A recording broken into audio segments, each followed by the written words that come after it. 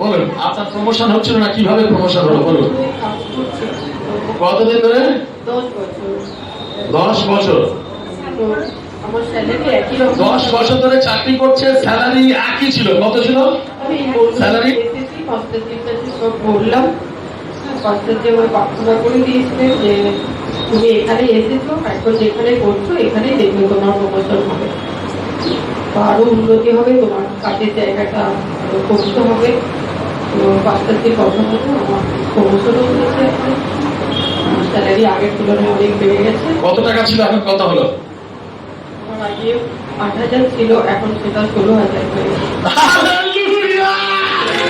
জয়ন্তী ঘোষ তিনি আমার কাছে এসে বললেন পাঁচটা কিনে ফেললেন, অলরেডি অফিসে বসে কিনে ফেললেন, বলেন আমার স্যালারি প্রমোশন হচ্ছে না 10 বছর ধরে। আমি ওনাকে বললাম তুমি এখানে বসো, আমি প্রার্থনা করে দিচ্ছি অফিসে, আর তুমি তোমার যা স্যালারি আছে তার 10% মন্ডলীতে তুমি দেবে, দেবে তো? আর প্রার্থনা করে বললো হ্যাঁ পাস্টার আমার 10% স্যালারি আমি মন্ডলীতে দেবো।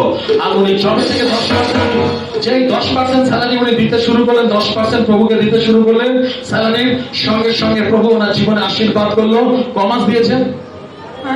আমি 3-4 মাস হলো দিয়েছি। 3-4 মাস দিয়েছে। 3-4 মাস পরে ওনার স্যালারি ডবল হয়ে গেছে। আজ থেকে